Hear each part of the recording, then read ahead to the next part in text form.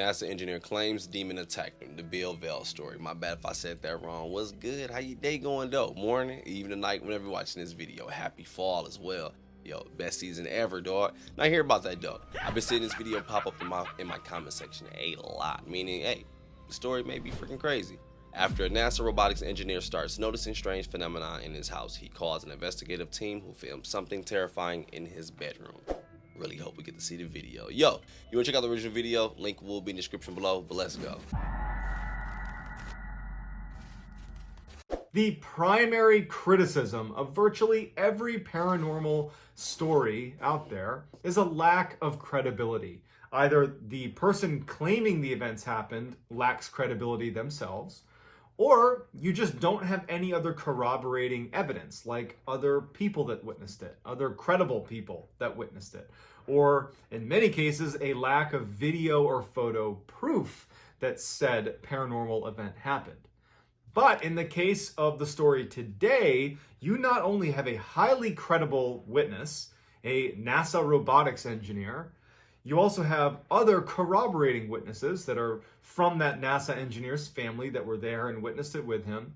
And you have, albeit limited, Video. you do have video footage of what they are claiming happened that was paranormal. But before we get into all of that in today's story, if you are a fan of the strange, dark, and mysterious delivered in story format, well, that's what my channel is all about, and I upload 3 to 4 times a week. So if that's your thing, if you could gently pulverize the like button and then turn on all notifications so you don't miss any of my uploads every week. All right, let's get into it. Bill Vaile has always been incredibly scientifically minded. He's always had technical jobs his whole life. He took a job for 15 years at NASA as a robotics engineer. He also spent a little time as a pilot for NASA as well. He is just somebody that is very process oriented. And in fact, his family and friends, they say this with respect, but they say that, Bill, he lacks an imagination. He's super pragmatic, super to the point, and doesn't really have time for, call it, creativity. He's all about facts. In 2002, Bill and his wife separate, and it catches Bill a little bit off guard. And it almost prompts like a midlife crisis for him where, before it had been really his work with NASA that had been fulfilling to him. And now he has this huge gap in his life. And suddenly, he's looking around and he's like, what am I doing all this for? I don't have a family anymore. Like, what am I doing? And so he decides to move back home to Arlington, Texas, where his little brother lived. So when he gets to Arlington, he feels like he can have a fresh start in a way.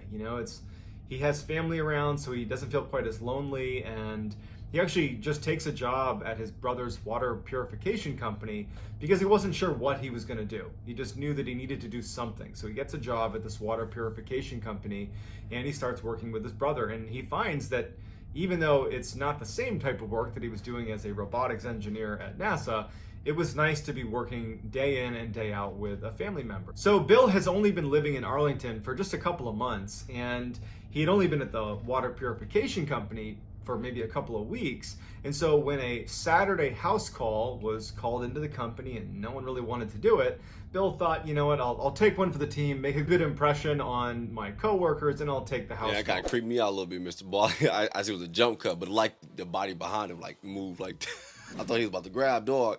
But I love how the fact that it was so shocking that, at least maybe to me, I don't know why it was, but I love how it was so shocking to everyone because simply because he's someone who bases everything off facts. Like, why would I not? Would you want me to go off something illogical? Like, no. Hold up, boy. Damn, boy, my lighter is broke. So Bill has only been living in Arlington for just a couple of months, and he had only been at the water purification company for maybe a couple of weeks. And so when a Saturday house call was called into the company and no one really wanted to do it, Bill thought, you know what, I'll take one for the team, make a good impression on my coworkers, and I'll take the house call. And what it involved is part of Bill's job was to go demonstrate how to install and use this water purification system in customers' home. The dispatcher for the water purification company said to Bill, she goes, hey, listen, this is a little bit weird, but the person who called was adamant that you be there at 5 o'clock. Not a minute earlier, not a minute later. And it was probably only about 3 o'clock in the afternoon, and he's like, so what do I do? And she's like, I don't know, like, go get a bite to eat and just make sure you're there by 5. And so he does that. He's like, that's weird. But he drives around and he parks outside. I mean, he should, of all people, should understand. He sounds like he's a pretty straight to the point person. 5. Maybe so this he person does is that. just He's really. like, that's weird. But he drives around and he parks outside of the house a little ways down the street.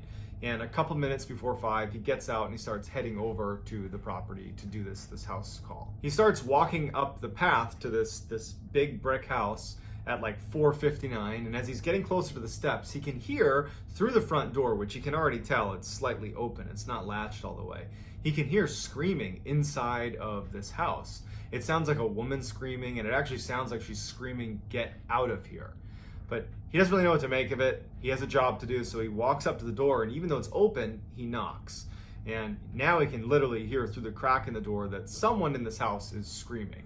And he's listening, and finally he decides, well, I should probably just open it up and make sure everything's okay, because I can hear someone screaming inside, the door's open.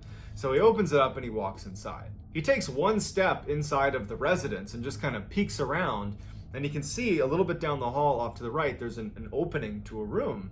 And in the room are 3 men on their knees in a little circle, and a woman is walking around them in a circle, and she's holding a book in her hand, and she's speaking in tongues. Just nonsensical, couldn't make sense of her language, but periodically as she's circling them and she's touching each of their heads, she's screaming, "Get out of here. Leave these people. Get out of here." Bill is about to leave. He knows that this is just too weird for him, but right before he does, the woman who's walking around the 3 men on the ground looks up at him and points directly at him and doesn't break eye contact and just holds her finger out pointing at him. And he gets this very strange sense that, like, this woman wants to do harm to him. And so he just runs out the door and is like, yeah, I'm not going back in there. Goes back to his car and he calls the dispatcher back at the water purification company. And he's like, okay, I just took an insane house call. The lady in there is crazy. I'm not doing it. Don't reschedule. And if you do not put me on it, because I will not go in there. Bill was a very straightforward guy. And he's just not going to let his imagination run wild with what they were doing. You know, those people are crazy, and that's not my business. It's not my problem. And so he forgot about it. He just goes home to his house, and he turns on the TV, and he gets his microwave dinner, and he's just sitting there eating his food and just having a nice Saturday night to himself, when out of the corner of his eye in his other room, and I keep in mind, Bill lives alone and has no pets. Out of the corner of his eye, he thinks he sees something small dart across the ground.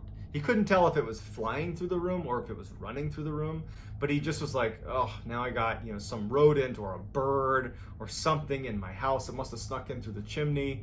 And so Bill is not scared. He's mostly like frustrated that now he has to deal with some rodent. For real, like, not being funny. Have y'all ever felt this before? Let's say we sit, like, let's say you sitting there chilling, right? I don't know, you on your phone, doing whatever you do, right?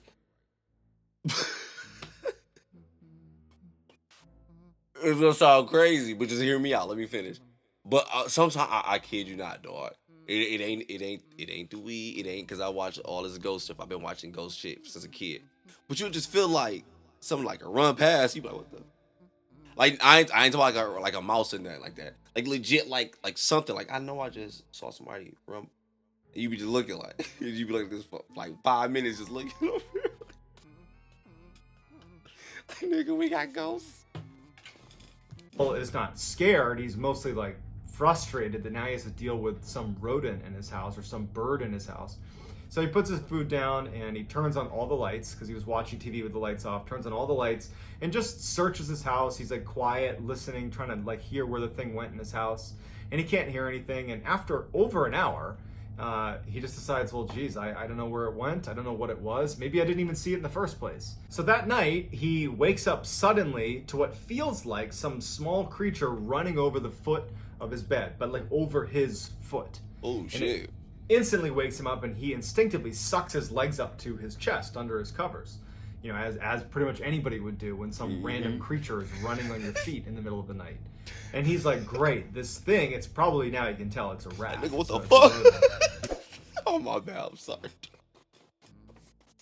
No, I remember living in these one hood-ass apartments, but Hey, they got me so good when they was setting me up for the little sign up. But either way it go though, that mother had roaches. It was like out of nowhere.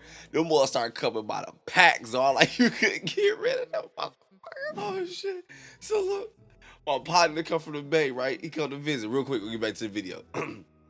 He come to visit, so I ain't telling him nothing. Cause I was like, I tell my ain't got roaches, dog. All right, my bad. I am crying real quick. We'll get back to the story, though. I'm going to tell you at the end of the video. I kid you not. I'm not going to forget. I'm going to tell you at the end of the video because it's kind of long. It's funny as hell, though.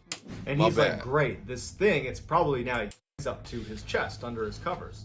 You know, as pretty much anybody would do when some random creature is running on your feet in the middle of the night. And he's like, great. This thing, it's probably, now you can tell it's a rat. It's a rodent. He's like, great. Now it's literally in my bedroom on my bed.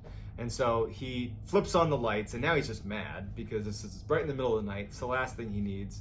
And he lights on and he searches the room. He looks under, his dresser. He looks in the closet. He looks under his bed. He looks everywhere. And he can't find this thing. He's stopping periodically to listen. Yeah, the roach is fast as hell, or anything. Did I imagine that as well? Because I guess I don't know if I saw something darting out of the corner of my eye when I was watching TV. I think I did, and just now could that have been in my dream? Because he wasn't really awake for it happening. He woke up to it and thought it's what happened. Because you don't want to believe it. He's starting to tell himself that, you know what? I'm somehow creating this weird thought in my head. Like, I probably didn't see anything downstairs, and I was probably having a dream about this, rodent in my house, and that's what prompted the thought that something had touched my feet. And so he's like, all right, whatever. Turns off his lights, and he goes back to bed. This, rodent in my house, and that's what prompted the thought that something had touched my feet.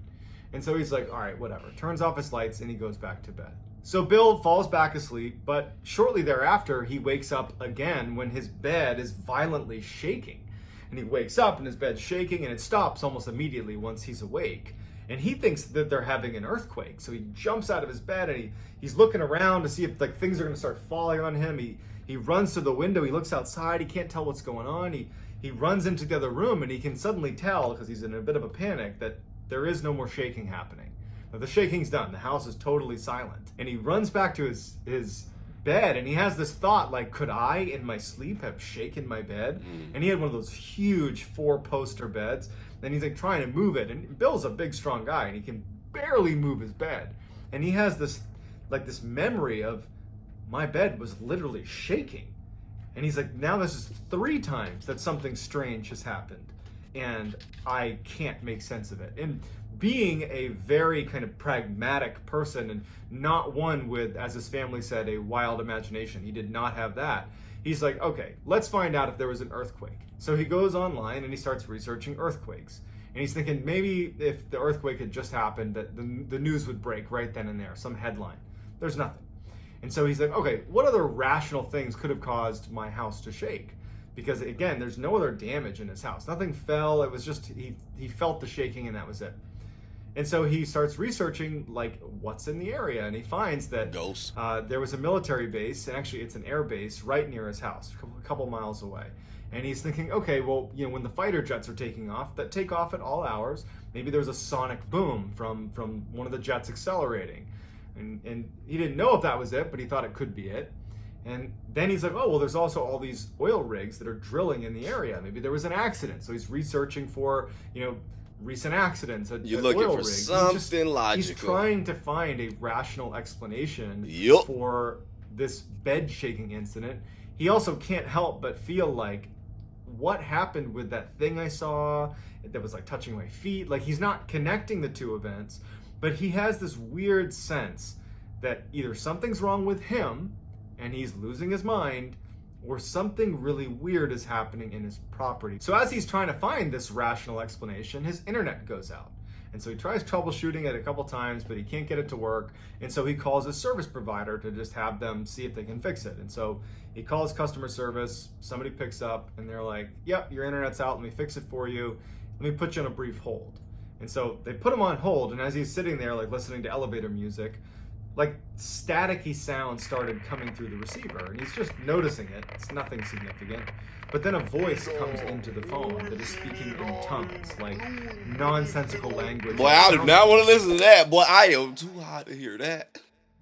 My bad, dog. I'ma listen though. Boy, that shit sound like a curse.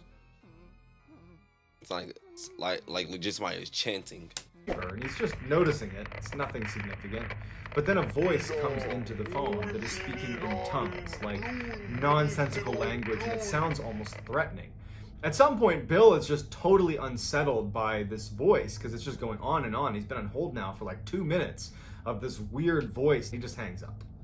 And like in just a couple of seconds, he gets a call back from the same customer service rep that he had just been speaking to. Hell no, that's that ghost. As someone who did tech support for 7 years, boy, I would have not called that. Excuse me, let me get some water real quick, dog. Called back from the same customer service rep that he had just been speaking to. And he had an accent, and Bill picked up on it and said, "Hey, was I just talking to you?" And the customer service rep was like, "Yeah, sorry, we got disconnected." And Bill says, "Did you hear that voice? Did you hear that strange voice on the phone?" And the customer service rep, who's mostly operates on a bit of a script, kind of deviates for a second and says, "Actually, yes. I apologize for the inconvenience of you hearing the voice."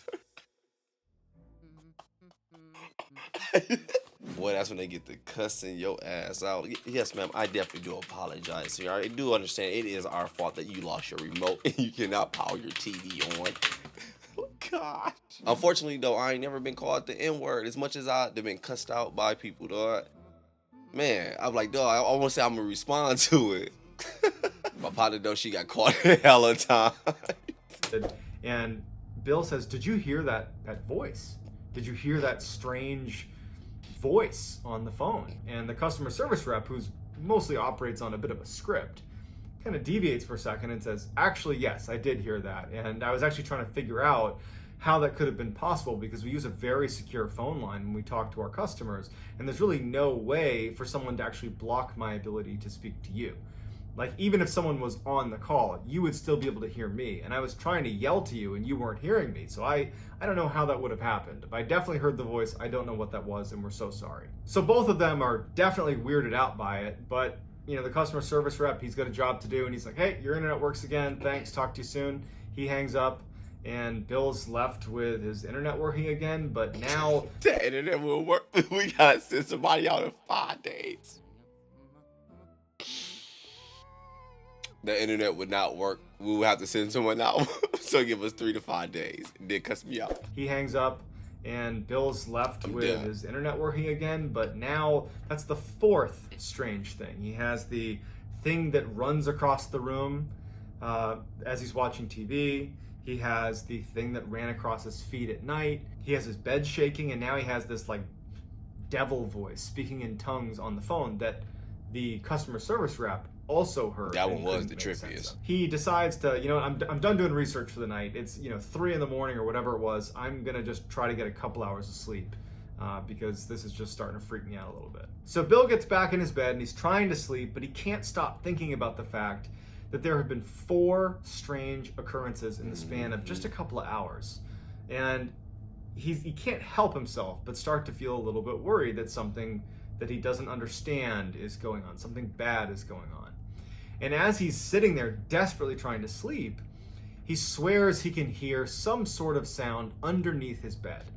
He knows it could be his mind playing tricks on him, but it doesn't matter. He thinks he hears it, and it's now he's officially spooked. Like a child, he pulls the covers over his head, and he's just laying on his bed with the covers over his head, just basically trying to convince himself like this isn't happening.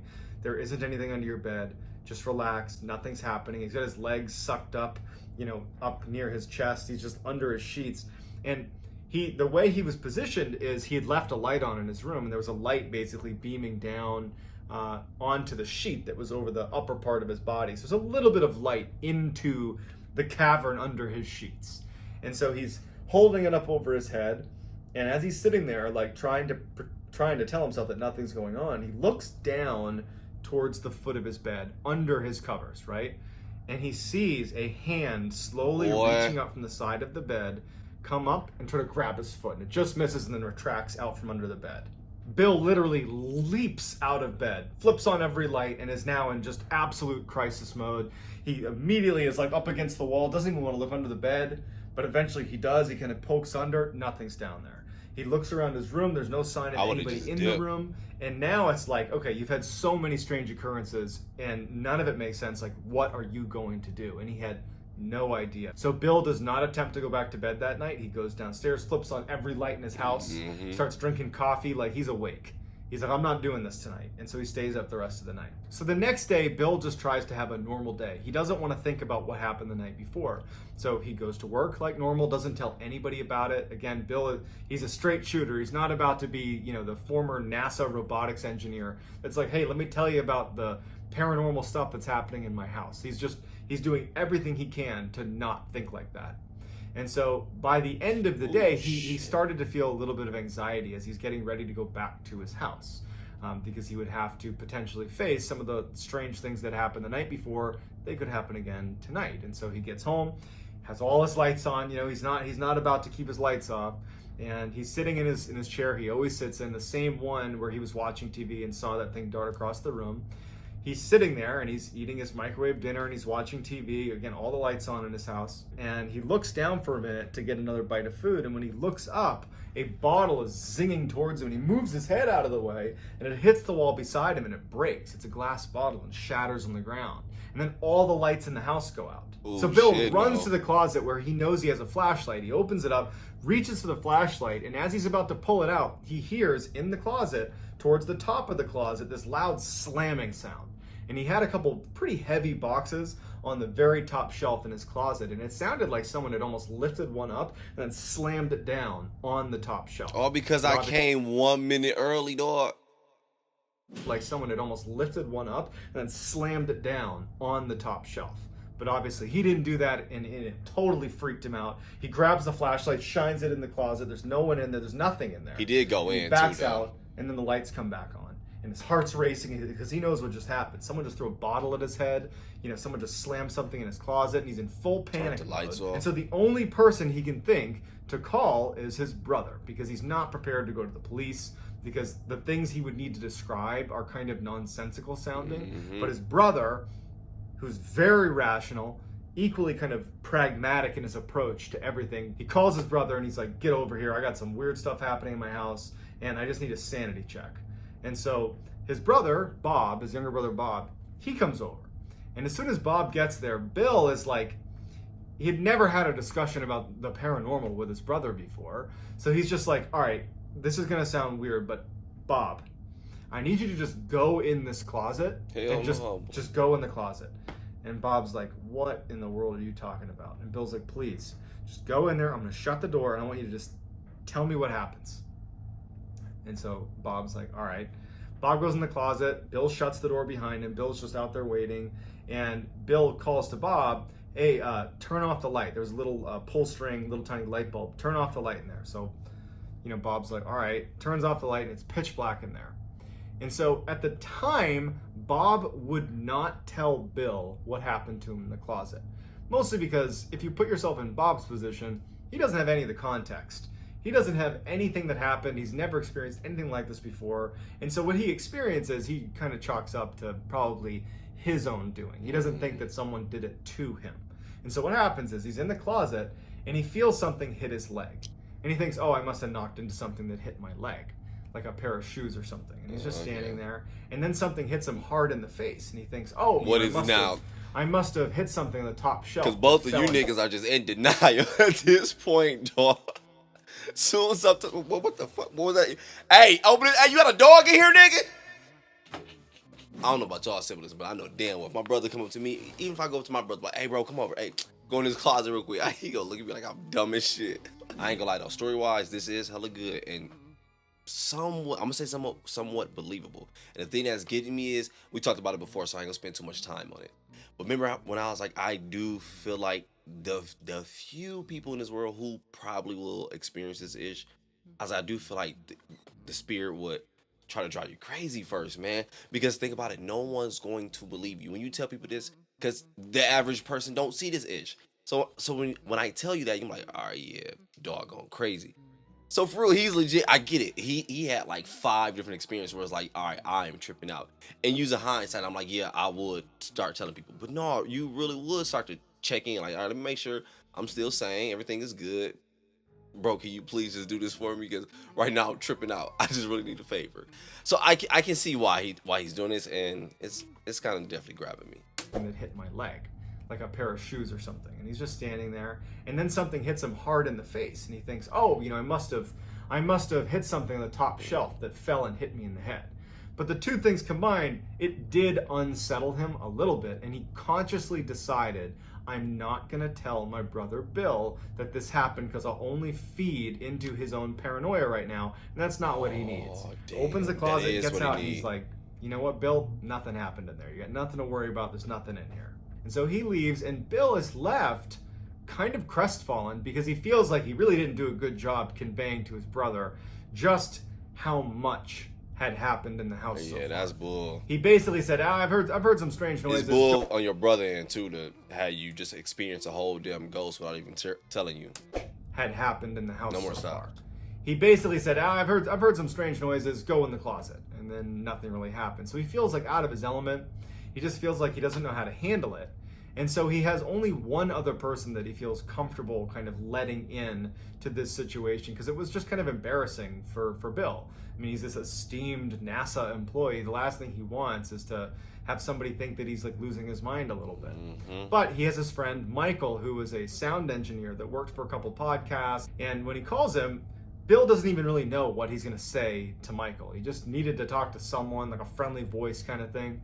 And he calls him, and Michael's a little bit surprised to see Bill calling him, and they have a little bit of small talk. And Bill says to Michael, I don't know how to approach this with you, but I moved to Arlington, and I've got some weird stuff going on in my house, and I guess I'm just telling you because I don't know what else to do.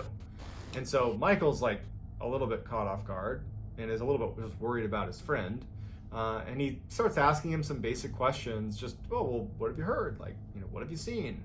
Just not really sure if it's even remotely worth exploring, but just asking some basic questions. And as they're having this exchange, the voice that came on the phone during the call to the customer service rep for the internet provider came on the phone. And all of a sudden, Bill can't hear Michael, and Michael can't hear Bill. All they both hear is this voice, this like angry, kind of demonic sounding voice that sounds very threatening. And so while this is going on, Michael just instinctively is like, well, I have all my sound set up here, and he grabs a mic and he puts it to the receiver and starts recording.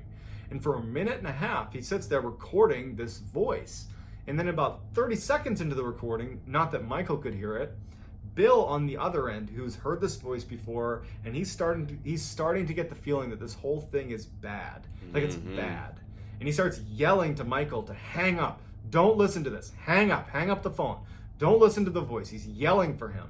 And then after about a minute and a half of this chaos that Michael's recording, the voice suddenly stops. And it goes back to Bill and Michael talking to each other. And it's like crystal clear. And so Michael immediately says, hey, Bill, you there? You there? And Bill's like, yeah, I'm here. I was trying to get you to get off the phone. You can't listen to this stuff. I don't know what it is, but it's bad. And Michael just goes, no, listen, I recorded that. Here, let me play it back for you. And so he starts playing it back. Something in reverse. And it's silence. Except for when Bill was yelling to Michael, don't listen to it. Hang up. Don't listen to it. And Michael is yelling in the beginning to Bill like, hey, what is that? What is this? But then it's all silence in between. So they aren't speaking to each other, even though they're on the phone with each other. And they hear something, but the recording only picked up their voices, not the demonic, possessed sounding voice. At this point, Bill is starting to get a little bit scared. Maybe he wouldn't admit to it, but he's alone in this house and all this strange stuff is happening. And he just decides that he's going to invite his brother over for dinner. And Bill is in the chair that he always sits in, and Bob and his wife Cindy are on the couch, and they're kind of having a nice time. Bill recalled feeling, it was just nice to have other people in the house. And they're watching TV, and as they're watching TV, suddenly Bill just stands up and kind of runs over to the room where he had originally seen that thing dart by, this rodent or whatever he saw. And Bob and Cindy obviously see him get up and run over, and they're like, hey, what did you see? What was that? And Bill's like, okay, I don't know how to describe what I saw, but I saw this thing that's in my house. And, Bob, I brought you over here because I've just been seeing this animal or something running around my house, and I swear I just saw it. I swear I just saw it. Man, And this goes, is "Hey, a look, creepy ass story, Bob, dog. sit in my chair," because it was the only vantage point into this room. The couch where Bob and Cindy were sitting, they couldn't really see into this room. And he goes, "Just listen to me. Bob, sit in my seat and just sit here and just watch the TV. Don't pay attention to the room. Just watch the TV and just see if something catches your eye. Because, you know, maybe I'm seeing something that is totally rational." Oh man, real quick. Was it a TikTok video I was watching? It was someone was watching basically, but it was someone or a fact or something explaining. It was like, I don't know if it was a certain type of apparition or spirit, whatever it was, or if it was all in general, but they were explaining, or the fact was explaining that when you see them though, you only see them from your periphery or whatever. Or was it a Mr. Ballen video? I don't know. I don't remember the video obviously, but basically they was explaining that same thing, and it was like, yeah, but you don't see them direct on light, so you can't look that way and see them, because even if you're looking that way, you won't see them, but you'll see them on the sides and ish. Sit here and just watch the TV. Don't pay attention That just to the made room. me think of Just that. watch the TV and just see if something catches your eye. Because, you know, maybe I'm seeing something that is totally rational, but something's happening. Ooh, Just do what I was shit. doing. And so Bob's like, all right. So he sits in the chair. Bill sits next to Cindy, and they start watching TV again. And Bob, all of a sudden, just clearly reacts to seeing something in the other room, and he goes, "Oh my God, what is that?" And they all Well, I'm stand about up, to and shit. Bill is like, "Well, what'd you see?" And Bob's like, I don't know. It was like some kind of small animal or something, and it looked like it was on 2 feet. It did not look like a 4-legged animal. That's like a 2-legged animal. Like, what was that? And so Bob, he's now feeling like, I was in that closet. Some weird stuff happened that I didn't tell Bill about. Now this, and he's like, okay, Cindy, his wife. Cindy, you sit in the seat. You do Hell this no, now. I'm And so about to now go Bill home. and Bob are sitting on the couch watching Cindy, and Cindy's watching the TV. Of course, in just a matter of minutes, she sees something dart across the room. Now, was she just kind of jumping on the bandwagon because these two saw it? Maybe. But she certainly described the same thing that Bill and Bob claimed to have seen, which was a bipedal, small creature that was just running through the dining room. And so the three of them turn on all the lights and they start searching the house. They're going to find this animal or thing. You know what I would? Not me, but what would be a good idea for them to do? All right, so what we're gonna do is when we sit down in this seat and we see the figure, whatever, have one person stand wherever we're seeing this figure. Have one person already stand right there. Then boom, now I'm gonna stand right there and let's do it. If I see it, boom, let me know what's going on down there. And they start searching the house. They're going to find this animal or thing in the house, and they search everywhere for hours and they can't find anything. Finally, after, it's getting late, Bob and Cindy are like, "Hey, Bill, I don't know what's happening in your house, but why don't you just come stay with us? We got a guest room. Just crash with us tonight, and you can come back in the morning and call animal control or whatever you want to do. Or but ghost control. You shouldn't be here tonight. There's too many weird things happening here." Bill, in a way, was actually kind of happy because now he had someone that he trusted and loved, his own family, that had confirmed that they were seeing the same things he was. That even though that is terrifying, that all of a sudden Bill is alone in this house with some creature, this small bipedal creature running around the house, at least he wasn't losing his mind. Or if he was, at least other people were too. So he was kind of relieved, and he was like, "You know what? I'm not going to go with you because I don't want to just like give up my house. What will I do when I come back if it keeps happening? Like I don't want to just." I didn't think about that though. Like, all right, you gonna sit there for a day or two? He still has to come back. So you do got a point there though. I don't want to just like give up my But house. I'm still gone for a What couple will I do days. when I come back if it keeps happening? Like I don't want to just give this up. So Bob and Cindy leave, and now Bill is determined to now, for the first time, start looking up paranormal explanations for what was happening. So quickly, Bill realizes that you can't just search the paranormal. There's too many things online. It's so hard to tell what is considered like Real or credible fake. and what isn't, because there's just no fact checking going on. It's just people kind of putting things on the internet.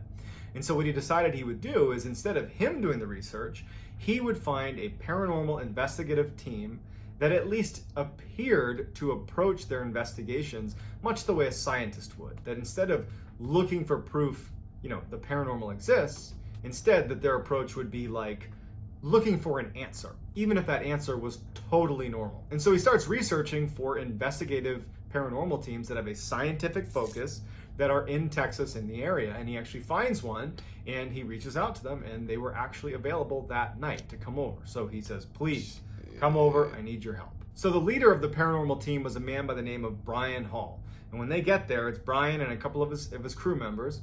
They don't start with, diving into the paranormal investigation side.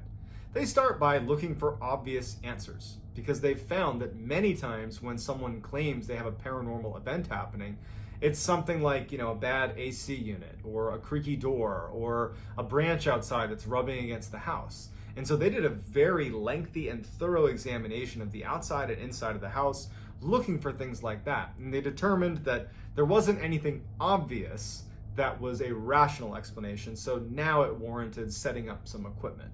And so what they did is they set up a couple of cameras in Bill's bedroom, where a lot of the activities apparently was happening.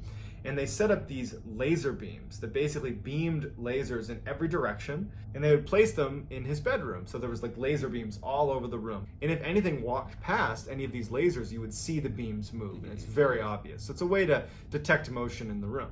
And so they set these beams up and they start filming, and for a long time, nothing is happening.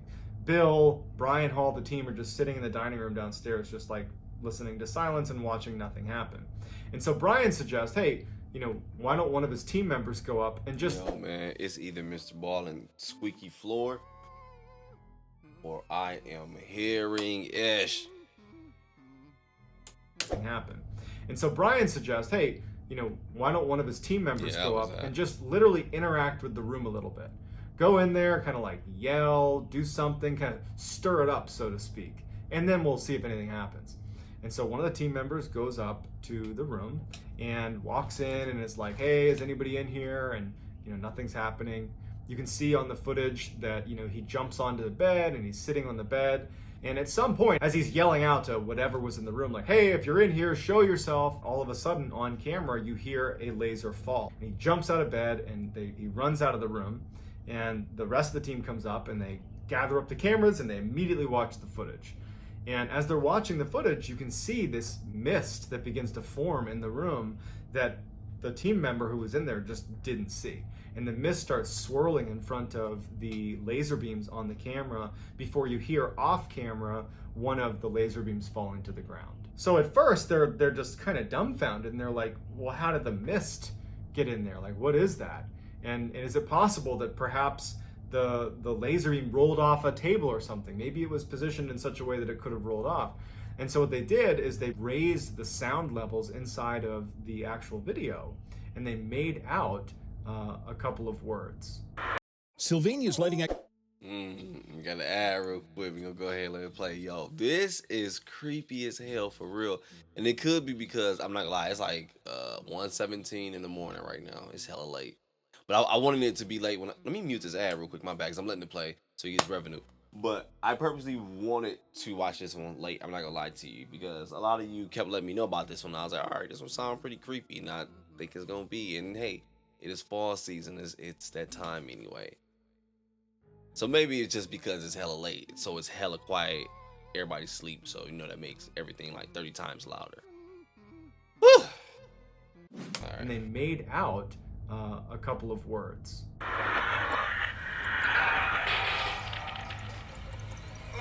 And so at this point, Brian Hall and his team feel like they have quite a bit of data that actually does lend credibility to the idea that there is something paranormal happening in Bill's house. So as they're packing up to leave, they say to Bill, like, you gotta go. You can't be here. Like, I'm surprised you're still here now. And Bill just was this super prideful guy, and he just was like, no, I'm gonna stay. Like, I've made the decision. I'm not gonna run. I'm gonna stay here in this house. And they're like, that's a bad idea. And honestly, they were right, because some pretty horrible stuff happens after they leave. So that night, he knows he's not gonna sleep. So he has all his lights on in his bedroom. He's sitting with his knees tucked up to his chin. He has upbeat music, like classical music, but very upbeat music playing on the radio right next to his bedside. And he's just trying to like kind of create good vibes in his room. And so as he's sitting there, he hears what sounds like a Mack truck smashing into the side of his house. Like it was so loud and just deafening that he instantly sprints out of his door, runs downstairs, runs outside to like inspect the damage to his property. And nothing's outside. There's nothing. There's no Mack truck. There's no damage to his house. There's nothing. He walks all around his property. He's like, did something fall in the street? Am I losing my mind? Like, what's going on? And so he goes back in the house after quite a bit of looking around, seeing if something might have fallen off of his roof that made a sound. Nothing.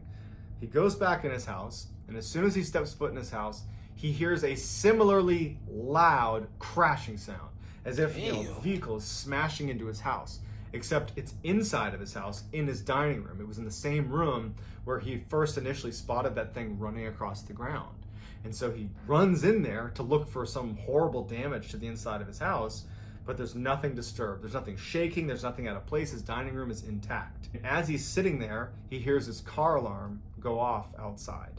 And now he's thinking, this thing is screwing with me. Yep. I'm not going to let it win. I've stayed here against better judgment for multiple days. I'm not going to give in now. And so Bill kind of goes into fight mode. Now he's mad. And he's, instead of being scared of what's happening, he starts screaming at the top of his lungs, like, show yourself. And so as he's doing that, he hears yet another loud crash. Hold on, real quick.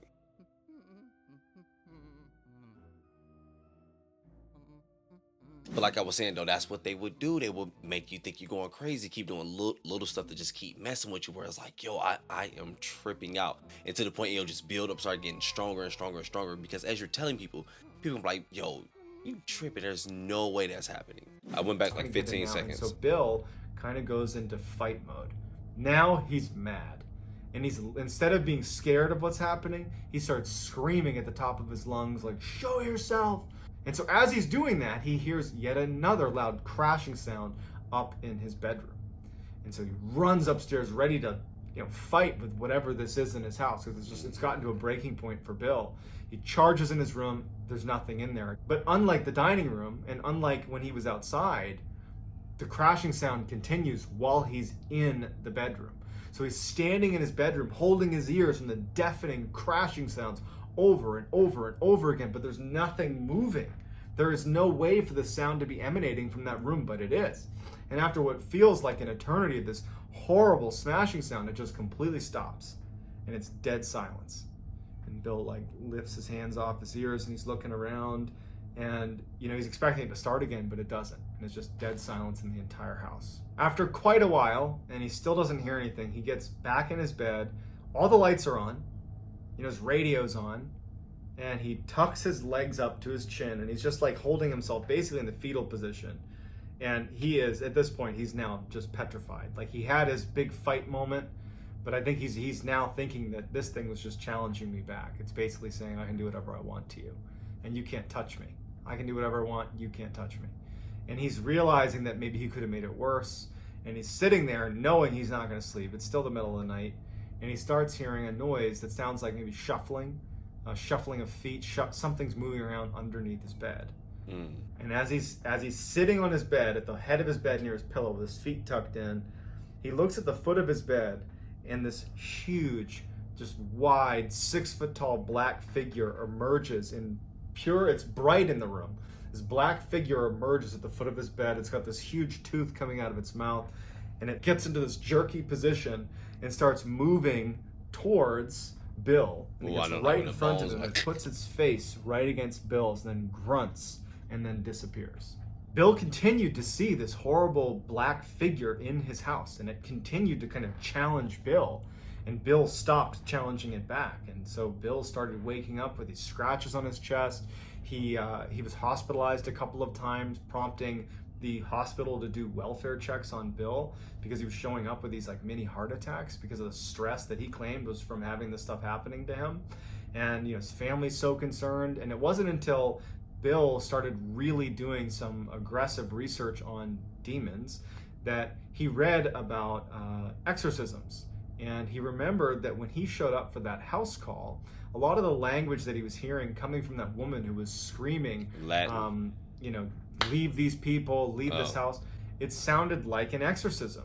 And he was thinking that, do you think it's possible And she that put the it in. exorcist knew that she needed another host for these demons? And so she planned it so that she would have this water purification person show up right at 5 p.m. Damn.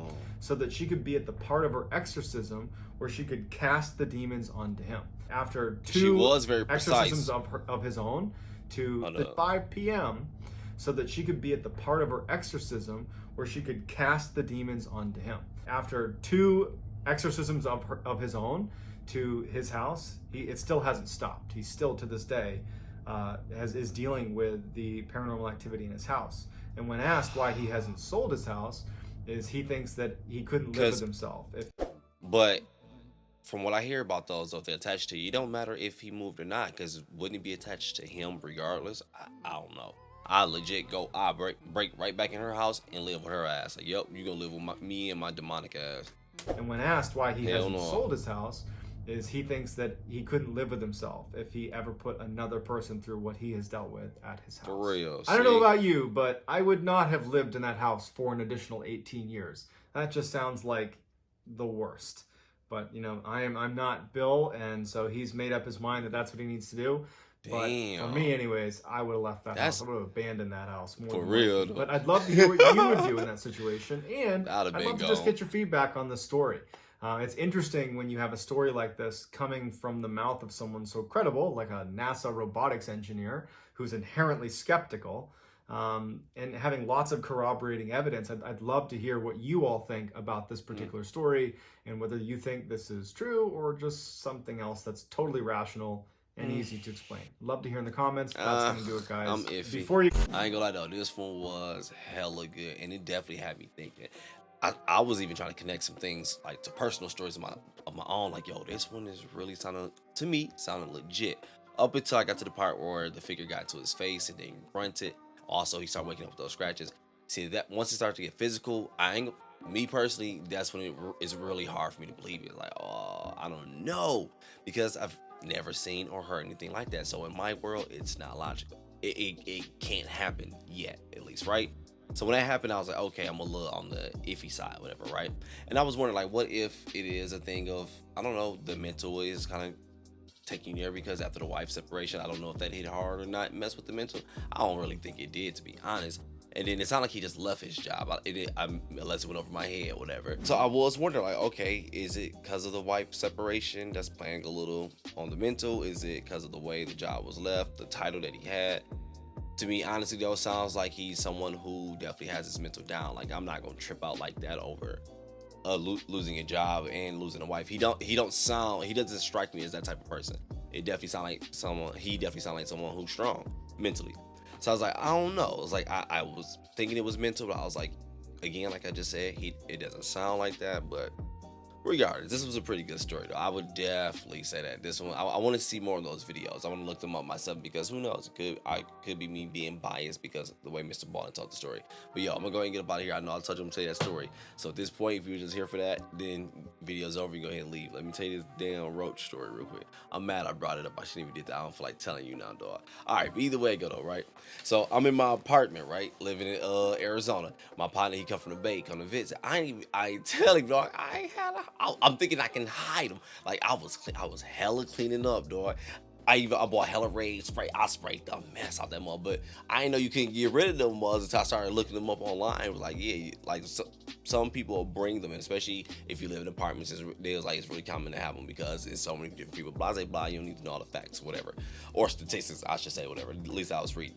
So I was like, yeah, I can get rid of these things. So I was just trying my hardest. I bought like little things that you could, I guess, put under furniture-ish. I put them all around. I was spraying them. I'm a clean ass dude. Like, I had the spot spotless, bro. I was ammonia wiping the place down. Like, all right, open the windows, whatever.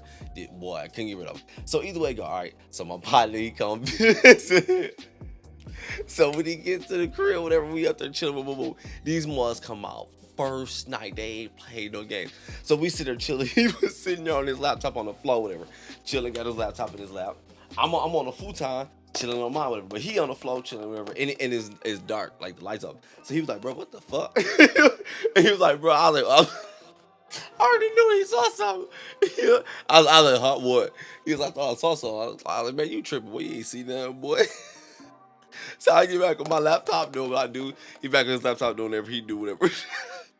And then this nigga, I hear him say, it's what he said, the way he said it that made it funny, like, to this day. He's like, bro, what the fuck kind of King Daddy Roach is that?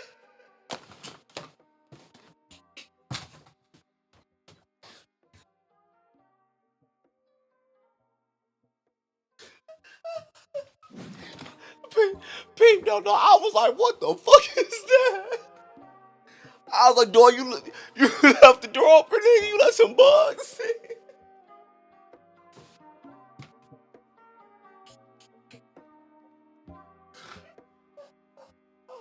Dog, when I say me and my nigga was killing roaches all night, and that's my partner, he had my back. We was killing roaches all night, dog. I'm gonna have to tell you the story how I got tricked into living into that mug, though, bro. Cause I was on my way going back to college, or whatever, right? Man, I got effed over hard, dog. I knew it was bad because as I was getting close, real quick, I'm gonna wrap it up. But as I was getting close to the apartment house, like the streets started turning to numbers. It was like 5th Street. 6th Street. Like, it started something like that. I was like, ooh, what the fuck is going on here? And it was like MLK. I was like, oh, shit. I'm going to see that one another time. Hey, I'm out. Enjoy your day, though. If you enjoyed the video, go ahead and click that like button. I appreciate it. Enjoy your morning, evening, night, whenever you're watching this, dog. Happy fall again, but I'm out.